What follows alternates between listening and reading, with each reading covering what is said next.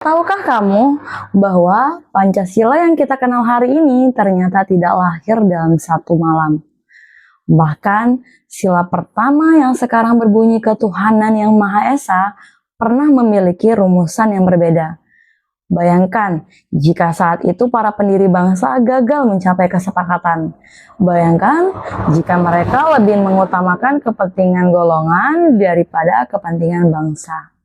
Mungkin Indonesia yang terdiri dari ribuan pulau, ratusan suku, berbagai bahasa, budaya, dan agama, ini tidak akan pernah berdiri sebagai negara yang bersatu seperti sekarang. Namun, yang terjadi justru sebaliknya. Di tengah perbedaan pandangan, lahirlah sebuah kesepakatan besar yang kemudian menjadi fondasi bagi bangsa Indonesia hingga hari ini.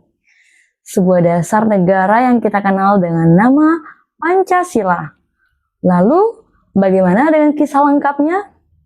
Mari kita kembali ke tahun 1945, saat masa depan Indonesia sedang ditentukan.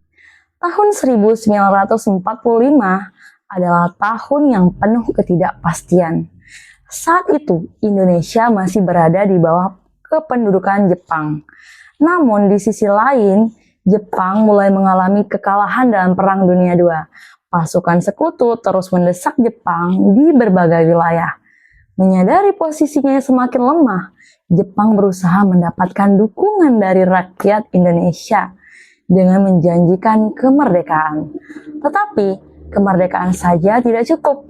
Para tokoh bangsa menyadari bahwa jika Indonesia merdeka, negara ini harus memiliki arah yang jelas. Harus memiliki fondasi yang kuat, harus memiliki dasar negara yang mampu menyatukan seluruh rakyat Indonesia. Pertanyaannya adalah, dasar negara seperti apa yang cocok bagi bangsa yang sangat beragam ini? Pertanyaan besar itulah yang kemudian membawa bangsa Indonesia pada salah satu peristiwa paling penting dalam sejarahnya. Terbentuknya BPUPKI. Pada tanggal 29 April 1945, Jepang membentuk sebuah badan bernama BPUPKI, Badan Penyelidik Usaha Persiapan Kemerdekaan Indonesia. Nah, BPUPKI ini dalam bahasa Jepang adalah Dokuritsu Junbi Chosakai. Badan ini beranggotakan tokoh-tokoh terbaik bangsa dari berbagai daerah dan latar belakang. Tugas mereka sangat besar. Mereka harus mempersiapkan berbagai hal yang diperlukan untuk kemerdekaan Indonesia. Mulai dari bentuk negara, konstitusi, sistem pemerintahan, hingga dasar negara. Di tangan mereka, masa depan Indonesia mulai dirancang. Sidang pertama BPUPKI. Pada tanggal 29 Mei hingga 1 Juni 1945, BPUPKI mengadakan sidang pertamanya. Salah satu agenda terpenting dalam sidang tersebut adalah membahas dasar negara Indonesia. Beberapa tokoh menyampaikan pandangan mereka. Di antaranya adalah Muhammad Yamin yang menyampaikan gagasan mengenai dasar negara. Kemudian ada Supomo yang menjelaskan konsep dasar negara integralistik yang menekankan persatuan dan kekeluargaan. Berbagai gagasan bermunculan, berbagai pandangan diperdebatkan. Namun, para peserta sidang masih mencari rumusan yang mampu mempersatukan seluruh rakyat Indonesia. Lalu, tibalah tanggal yang kemudian dikenang dalam sejarah bangsa. Tanggal 1 Juni 1945. Ini dia, pidato bersejarah Soekarno. Pada hari itu, Soekarno berdiri dan menyampaikan pidato yang kelak mengubah perjalanan bangsa Indonesia. Dalam pidatonya, Soekarno menjelaskan bahwa Indonesia membutuhkan dasar negara yang mampu menjadi rumah bagi bangsa Indonesia dan seluruh rakyat Indonesia. Rumah bagi semua suku, rumah bagi semua agama, rumah bagi semua golongan. Kemudian ia mengusulkan 5 prinsip dasar, yaitu 1. Kebangsaan Indonesia, 2. Internasionalisme atau perikemanusiaan, yang ketiga mufakat atau demokrasi, yang keempat kesejahteraan sosial, yang kelima ketuhanan yang Maha Esa. Soekarno lalu memberi nama bagi kelima prinsip tersebut adalah dengan nama Pancasila. Nah, gagasan ini dilahirkan di tanggal 1 Juni 1945. Makanya hari lahir Pancasila di tanggal 1 Juni 1945.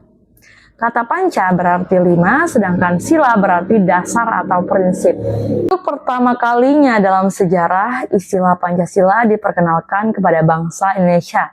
Namun perjalanan menuju lahirnya Pancasila belum selesai. Masih ada tantangan besar yang harus dihadapi. Menyatukan perbedaan. Indonesia bukanlah negara yang sederhana. Indonesia terdiri dari ribuan pulau, ratusan suku bangsa, berbagai agama, beragam budaya, dan bahasa. Mencari dasar negara yang dapat diterima seluruh rakyat bukanlah perkara mudah. Para pendiri bangsa menyadari bahwa jika mereka gagal menemukan titik temu persatuan Indonesia, bisa terancam bahkan sebelum negara ini benar-benar lahir. Karena itulah diskusi terus berlanjut. Perdebatan terjadi, gagasan bertemu dengan gagasan, namun satu hal yang tidak pernah berubah, mereka semua memiliki tujuan yang sama.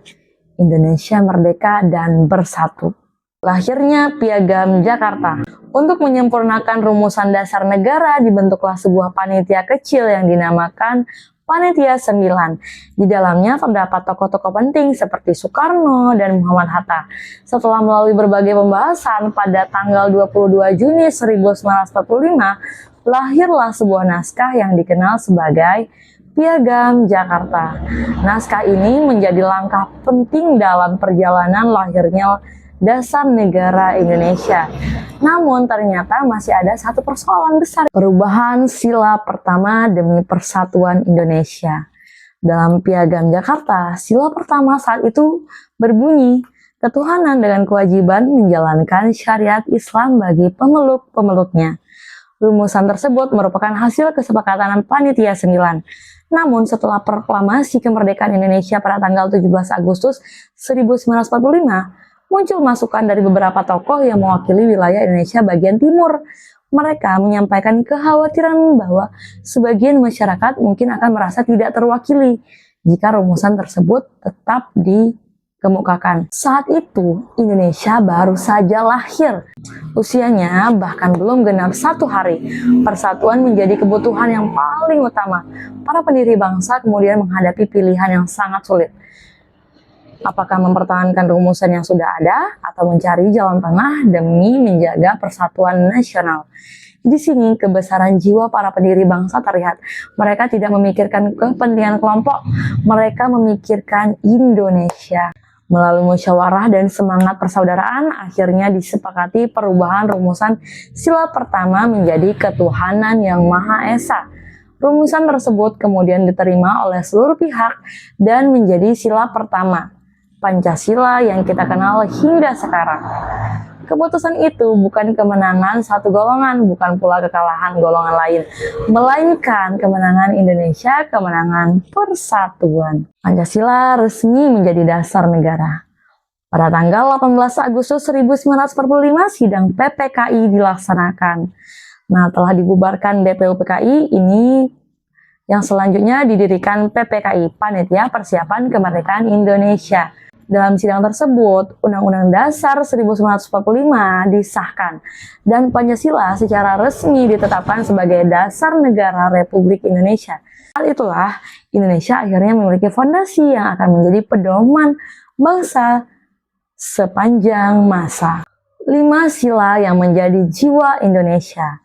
Pada tanggal 18 Agustus 1945, Indonesia bukan hanya memperoleh dasar negara, Indonesia memperoleh sebuah kompas yang akan menuntun perjalanan bangsa Indonesia dari generasi ke generasi.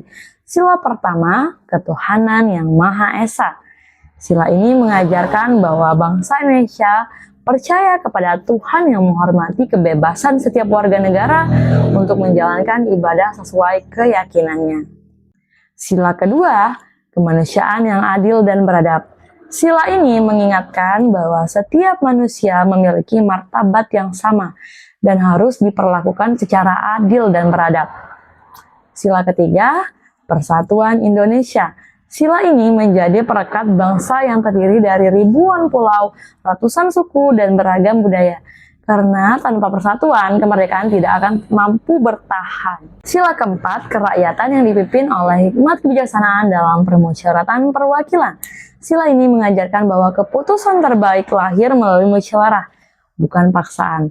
Persis seperti yang dilakukan para pendiri bangsa saat merumuskan Pancasila. Sila kelima, keadilan sosial bagi seluruh rakyat Indonesia. Sila ini mengingatkan bahwa kemerdekaan harus menghadirkan kesejahteraan dan keadilan bagi seluruh rakyat Indonesia tanpa terkecuali. Dan ketika kelima sila itu disatukan, akhirlah sebuah dasar negara yang tidak hanya berbicara tentang ketuhanan, tidak hanya berbicara tentang kemanusiaan, tidak hanya berbicara tentang persatuan, tidak hanya berbicara tentang demokrasi, dan tidak hanya berbicara tentang keadilan, tetapi berbicara tentang bagaimana bangsa yang sangat beragam dapat hidup bersama dalam satu tujuan yang sama, Indonesia. Ada satu pelajaran besar yang dapat kita ambil dari sejarah lahirnya Pancasila. Pancasila lahir bukan dari paksaan. Pancasila lahir dari dialog, dari musyawarah, dari kesediaan untuk mendengarkan, dan dari keberanian untuk mengutamakan kepentingan bangsa di atas kepentingan pribadi maupun golongan. Para pendiri bangsa telah menunjukkan bahwa perbedaan bukanlah ancaman.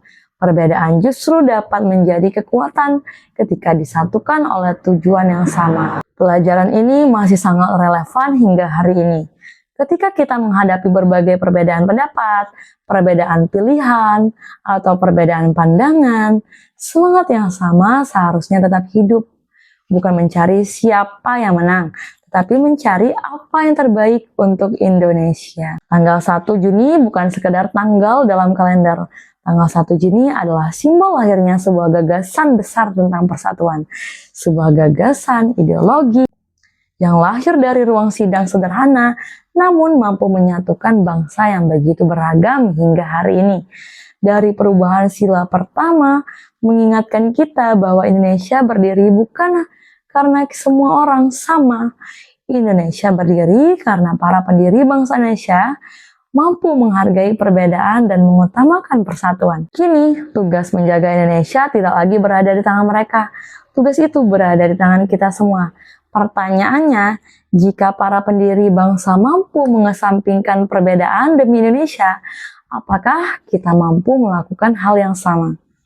Tuliskan pendapatmu di kolom komentar dan jangan lupa subscribe karena di video berikutnya kita akan membahas kisah-kisah sejarah lainnya atau informasi pendidikan lainnya yang penuh inspirasi, fakta menarik, dan pelajaran berharga yang mungkin belum pernah kita dengar sebelumnya.